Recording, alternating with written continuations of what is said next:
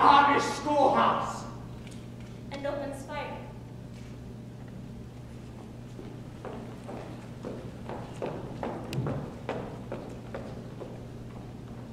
The best letter to write is lowercase f. The long swirls. Capital G's are hard, and so are capital I's. I like lowercase f and lowercase k. You want to hear a trick my teacher Miss Emma taught us? Lowercase k actually looks like a kangaroo. See, this is the mommy's body, and this is the baby in her pouch. She's a marsupial, and these are long feet that help her jump, and this is her big long tail. Let's draw a hat on her, like Papa's. I'm always adding hats. And my mom, and this is Rousey Tooth last week, and guess what this is? This is my mama, and this is my papa. He really wears a hat. My mama wears a bonnet, like this. Like this. And this is our Francisco. He pulls the buggy. And this is our Pat Beasley, and this is my brother Jacob. And this is my little brother, Elon. And this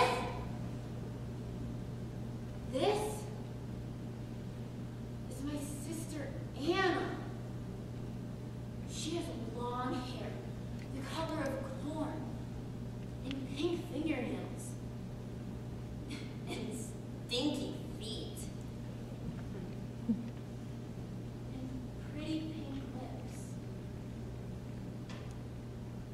The first thing I see is flowers. Flowers in the bright day yard behind her house. And then my papa, working in the field, over and beyond the hill. I'm like a bird. I can see where his shirt is darker from his sweat, and the dark circle of his hat. And then suddenly, I'm in the kitchen with Mama.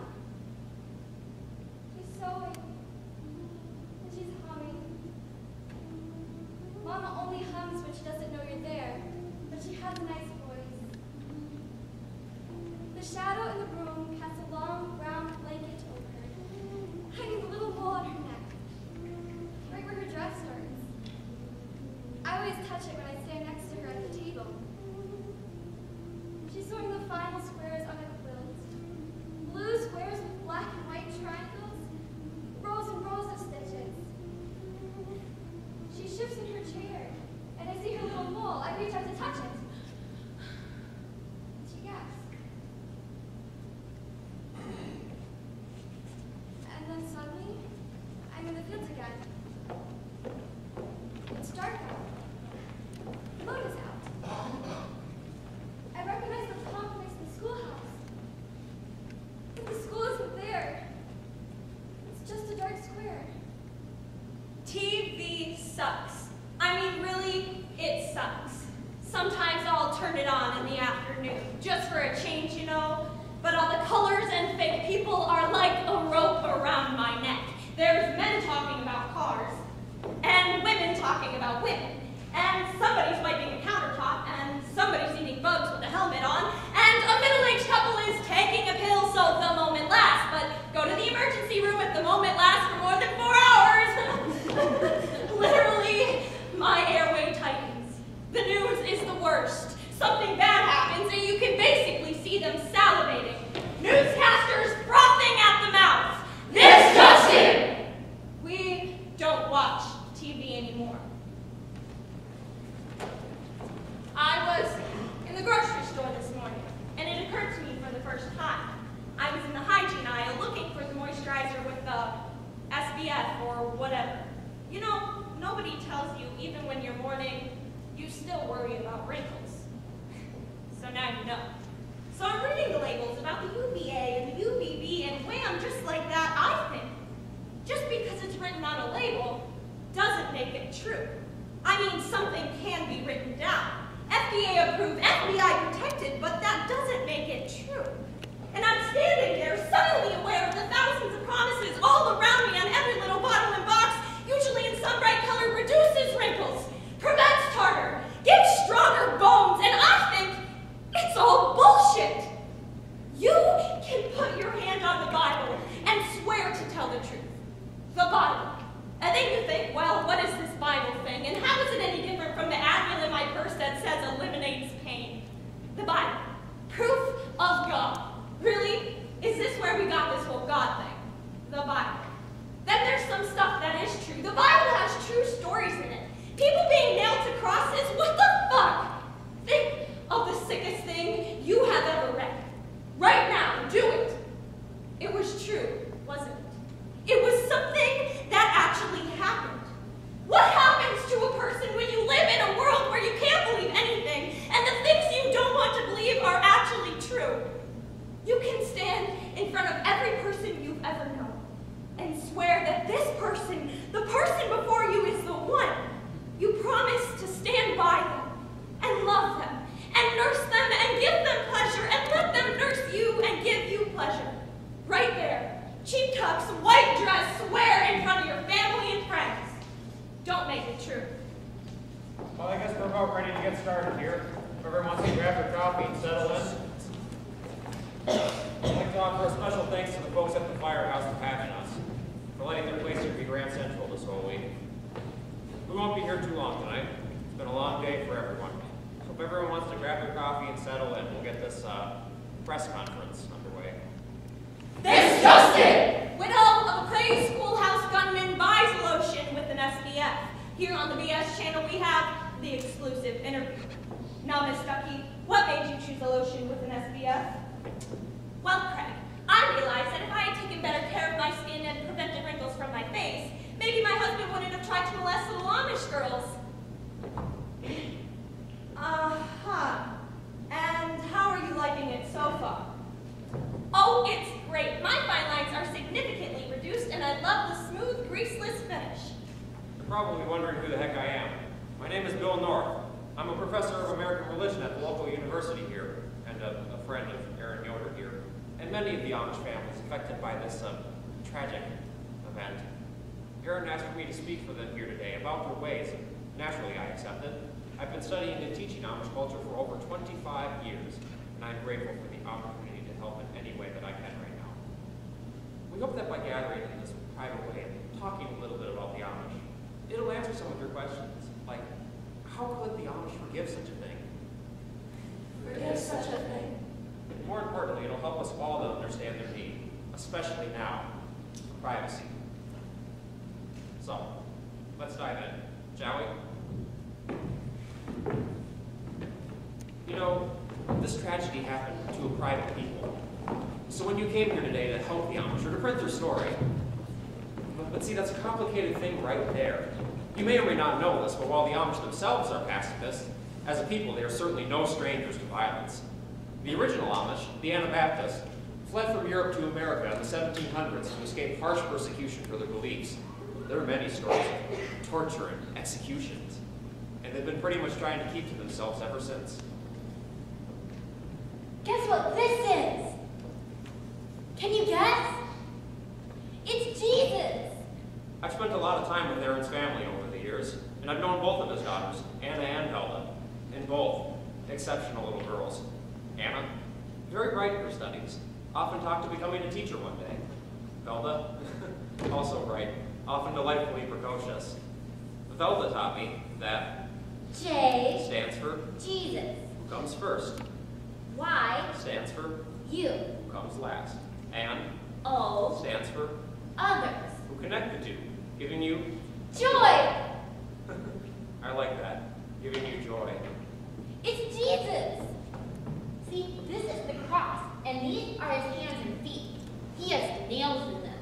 And this is his hat. Only Jesus really had a hat. A very special one. I'm assuming you are by and large strangers to the area. You'll see it's really a peaceful, beautiful countryside. I hope you'll spend time in local restaurants, see some of the local sights. I'm sure you'll also spend time learning about what happened here this week. But I hope you look at more than that. There is more to hear than what happened on October 2nd. Me and my husband Ray moved to Nickel Mines about 20 years ago. We have a little farm about 4 miles out of town, and I work at a local church part-time in an office there. On October 2nd, 2006, I was in my basement, walking on the treadmill. You see, we keep it in the basement because I like to watch the news while I walk it out. I read the headline across CNN. Man enters Amish schoolhouse and opens fire. Man enters Amish schoolhouse and opens fire. I stumbled and I fell off the treadmill like something out of one of those Jim Carrey movies. They kept showing these images over and over again. It was a bird's eye view. Amish families gathered in a green field, clusters of men and women, boys and girls, separate but close. White ambulances with their red lights circled the white schoolhouse. Tiny rectangles of bodies covered in sheets. The ticker tape running below. Man enters Amish schoolhouse and opens fire. Man enters Amish schoolhouse and opens fire. And then the shocking details begin to emerge. This is Justin! He was the local milkman. He only shot the girls. At least 3 dead. And then the images again. Bird's eye, Amish families, separate but close. White ambulances, white schoolhouse, bodies covered in sheets. Man enters Amish schoolhouse and opens fire. Man enters Amish schoolhouse and opens fire. This Justin! He intended to molest the girls. He shot himself. Death toll now 6. Bird's eye, Amish families, separate but close. White ambulances, white schoolhouse, bodies covered in sheets. Man enters Amish schoolhouse and opens fire. Man enters Amish schoolhouse and opens fire. Man enters Amish. This Justin! The Amish request that the medical condition of the remaining girls be withheld. They extend forgiveness to the gunman. They extend condolences to the gunman's family. Bird's eye, green field, separate, but close. White, red, white. And I thought, what kind of sicko could do this? I still love my husband. I miss him. Last night, I could have sworn he was standing in the yard. I went to the window to look out and could have sworn he was standing there right where the grass meets the road. Standing there, I closed my eyes and said, go away. And when I looked again, he was gone. Sir, please shoot me first. Please, shoot me second. Okay, first of all, you need to understand. Most people think that Amish is just Amish, that they're all alike. But see, that's not exactly true. Some Amish have a computer that they use for business, some don't. Some Amish have a phone at the end of their lane, some don't. So while on this side of the cultural fence, the Amish may appear all alike, the truth is there are infinite variables in how each district negotiates being Amish in a modern world. But they do all have a basic code of living, and they call that the Ordnung. And the Ordnung can best be summed up by the Pennsylvania Dutch word aufgeben, to give up. See, the Amish give up their individual needs to the community. A perfect example are the barn raisins they're so well known for. When it's time for a raising in Amish land, it's like a home football game for us. People cook and eat, there's friendship and camaraderie. Except that instead of watching the players do something for its own sake, Amish fun involves everyone chipping in to make something useful for a neighbor. Same with the way the women quilt. See, they don't separate work and leisure like we do. This is their joy. Oh, hell. Eddie and I met at a church gathering, if you can believe that. Not our church, no. Neither of us went for that. We were both there with other people. I was there with my friend Karen, and he was there with his girlfriend Kathy. Kathy was a nice girl, but dumb as a rock. Had huge boobs, just huge. Either way, we kind of knew each other the way everybody knows each other in a small town. I'd been working at my dad's store since I was about 11 or so, and seen him come in and out over the years.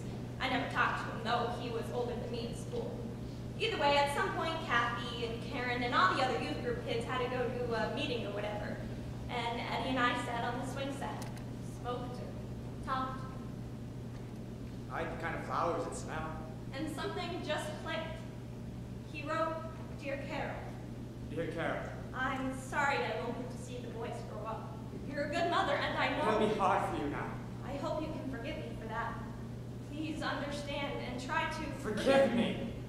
Tell the boys that I love them. Tell them I wasn't all bad. he never did write all that well. Usually just signed his name on things. Last year I opened my birthday card and he wrote, "I love you, honey." I about fell out of my chair. I'll tell you right now. I ain't gonna say why. No, you don't get that. You ain't gonna understand anyways. And I know what you're thinking. Oh, was he molested? Or oh, was he possessed by the devil or whatever? And I just ain't gonna give it to you. So, if you're still interested in listening, I'll talk. Because I'm more than that, you know. I'm more than the why. If you were a decent wife, those poor girls would be alive today. Some woman came up to me in the grocery store this morning. Perfectly normal-looking woman came up to me, put her coat next to mine, and said, If you were a decent wife, those poor girls would be alive today. She said, There is a fresh hell where you'll join your sicko husband. and for some reason I laughed. Oh, I ran to the parking lot, smeared moisturizer on my face, scratched myself over and over again. But in the moment, I laughed. You do things like that when you're losing your mind. Man enters Amish schoolhouse and opens fire. I like the kind of flowers that smell. I like the color blue. I like to kiss Josh and Drew on the top of their heads. No, I like cats. But we can't have none on the account of Carol being allergic, and it's probably just as well because I don't like the litter boxes or whatever. It was that word. Sicko. At the jewelry store in town that Joe Mitchell runs, I've got a green I've been slowly paying off for Carol. Sicko. Whenever I can, I'll just go in and put down $20 or so towards the ring. Sicko. Sicko. With the kids and all, we don't have too much extra, but I know she likes nice things. Sicko. Sicko. Sicko. Sicko. Sicko. Sicko. She deserves nice things. Sicko. When we was first dating, I was kind of a wild kid, I guess. I was always trying to get her to come out late with me after hours and all that. Her folks, they owned a place down on Davis Road. It was a little ranch and it always smelled like pickles. She had a bedroom that was facing the backyard. And, well, I'd stand up there, especially on a warm night, waiting for her to look out and see me. And I know I could have just went up to her window and been like, "Yo, Carol!" But I don't know. There's something about waiting for her to look out and see me. This is the man, and this is his hat. Man enters. I know. I know that magical things do happen to people. I mean, I never had enough magic happen to me that I know of, but I know that magical things do happen. Like this one time, my buddy Troy, his dad got a real bad feeling about the old Chevy truck. He had a vision of broken glass or something like that. And so he parked the truck out in the yard and said they weren't going to drive it for a while. And then, like a week later, while they was at the movies, this huge semi went out the highway. This was down there at 272. Flew right into their Chevy truck, smashing it to pieces. So I know that there's something out there. But I've always thought that the real magic happens on the other side. In the places that we can't be. In the places that are protected from us. Sicko. Sicko. Sicko. Sicko. Sicko. Sicko. There's a fresh hell when you'll join your sicko husband.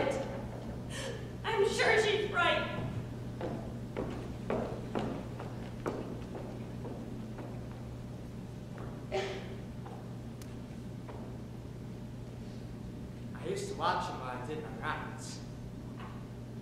You ever seen them? I mean, a whole flock of them in a field or crossing the road. Their little legs and their stockings, the little bib things they wear. The way their hair twists up and disappears in their bonnets. It's like all that beauty, all that pink, tucked away under there, hidden, like a clean secret. It sort of scatters as you come near, but every once in a while, if you wave, one of them will wave back.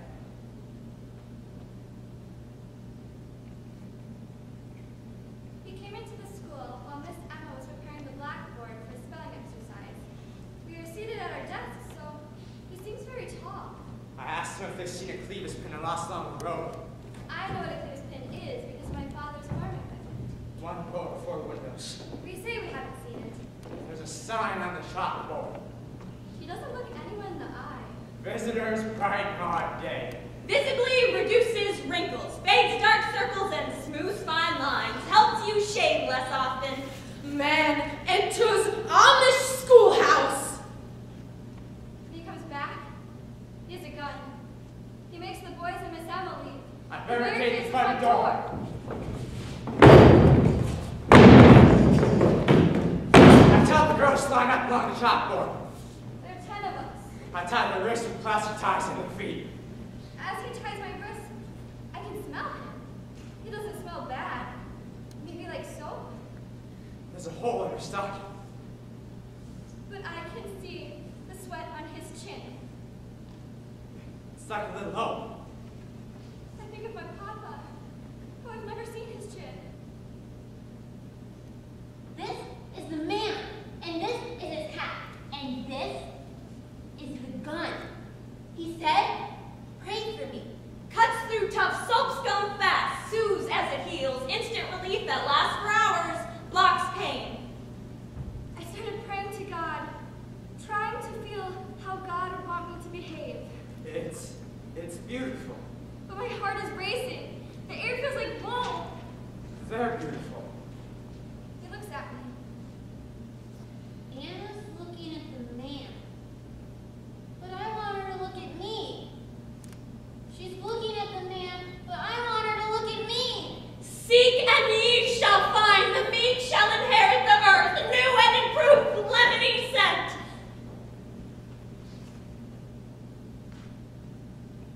Some of the little girls don't really understand English yet, and they're talking quietly in their language.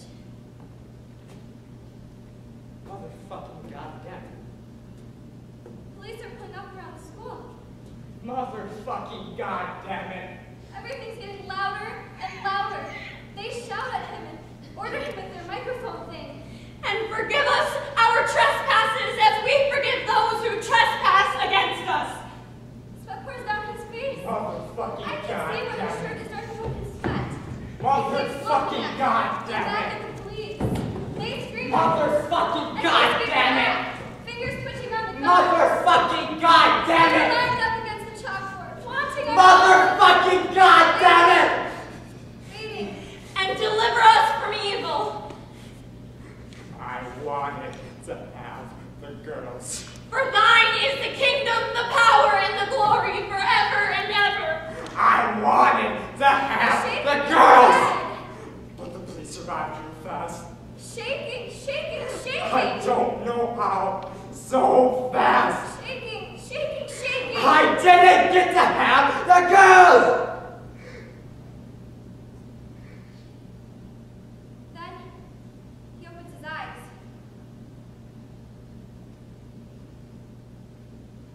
So I shot. Sir, please shoot me first. Please, shoot me second. Zelda. I shot.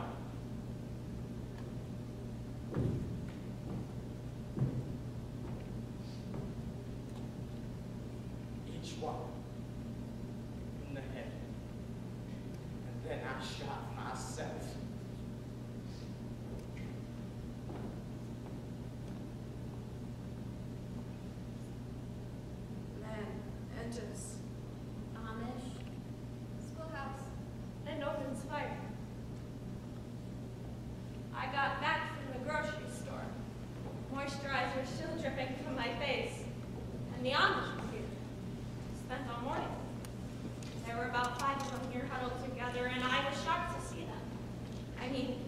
Shocked because they were here, and shocked because, well, they're shocking. They're freaks. The Amish don't normally accept charity, but given the extent of the scope of this has exceeded the community fund the Amish have for difficult times, and so they accept your donation. I'm sure they'd like me to offer their thanks. Aaron has told me they intend to use the money for all of the victims, including the gunman's widow and her 2 children. Many of my students have been asking the same thing you all have been asking. How could the Amish forgive such a thing? And yes, of course yes. And why?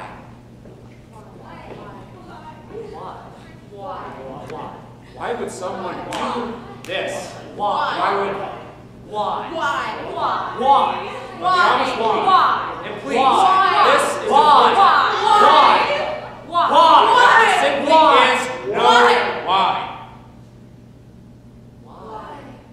I mean, even if we could be inside Edward Stuckey's mind, because he drove up to that schoolhouse to see, we would still never really understand. They brought food. I haven't really had a chance to see what they all brought. There might have been more than 5 comments. Hard to recall exactly. He's the only one I remember. He sat there and I looked at him. His blonde beard, blue eyes, pink upper lip, and pink fingernails scrubbed clean. What he and his wife must have been through. What his little girls must have been through. I asked him how they were, how his little girls were. And he said, we must trust in God. Is that right? Trust in God. I love that. I love when people say that shit. Have you turned on your TV lately? Oh, no, you haven't. You don't believe in TV. Well, isn't that nice for you? Let me fill you in. Shit like this happens every day. Shit this sick and worse happens every day. And the scary thing is, as mortified as I am about my husband's actions, the man I swore to go through life as one with as disgusting. And he wasn't a bad guy. He wasn't the devil. He just couldn't keep his darkness down anymore, and it ate him. It ate him, and it ate those little girls. And now it's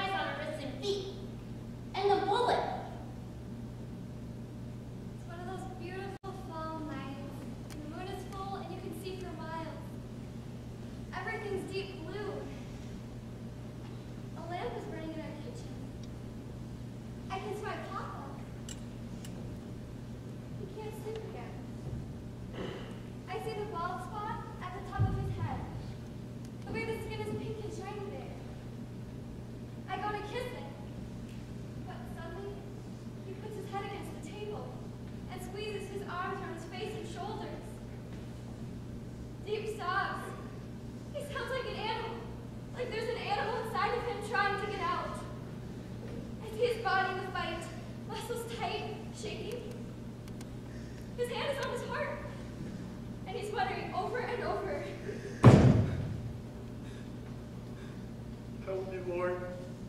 Help me. And then suddenly, I'm back into the night air. I'm like a bird. I look down, and there's someone standing in our yard. A woman. She's standing in her yard. She's watching Papa. Then I'm off. Then I go home. I go back to bed. And the next day is easier. Easier because he exists. There is something about them. Something that unsettles you. I've been studying them, teaching about them for 25 years. It doesn't matter what your faith is or even if you have one, something about them makes you wonder. Who am I? Could I be born? This is my best friend, Emma. She has red hair and she can hold her breath for a long time. And this is Margaret. She has the weirdest teeth. Last night I saw Ed. The word, that word, I sent that word to Ed. Sort of begging, sort of reassuring him until I see him fade into the night. And he's gone. And I'm soaring above the fields. I'm like a bird. And this is Catherine. She's a great singer. I swoop down into the barn and there's music. A music I can feel inside my chest. I feel all light and pink. And this is Elizabeth, who talks all the time. And her little sister Mary, who never talks at all. I swoop back into the sky, right towards this huge-ass moon in the middle of the bright day sky. And this is Dottie. She snorts when she laughs. And then there's little Esther.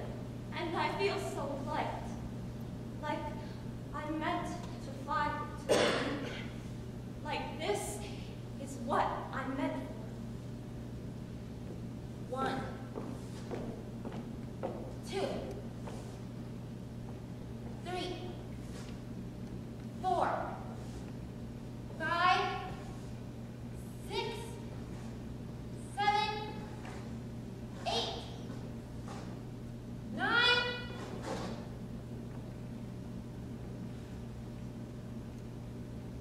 10.